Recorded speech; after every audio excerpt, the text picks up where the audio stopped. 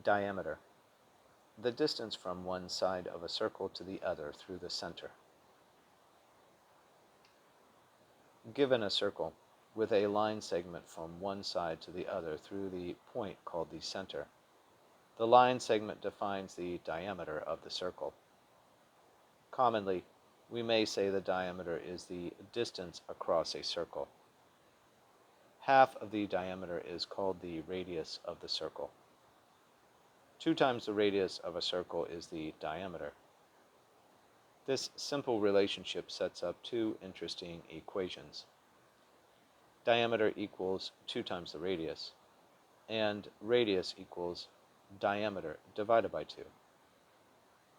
There are 2 other line segments which can be drawn from one side of a circle to the other, not passing through the center of the circle. One type is called a chord, pronounced K-O-R-D. It has a CH in it. Students sometimes want to say chord, but it's pronounced chord. And the other is a secant. A secant is a line segment which is drawn from one side of a circle, not passing through the center, to the other side of the circle and then extending beyond the circle on that other side.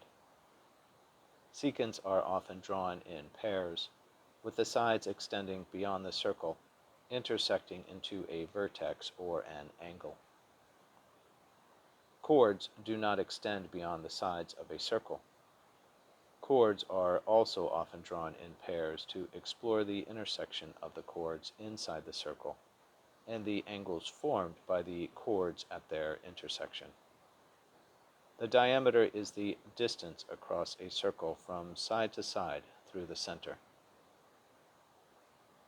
Antonyms: radius, related words: circle, center, radius, chord, secant, area.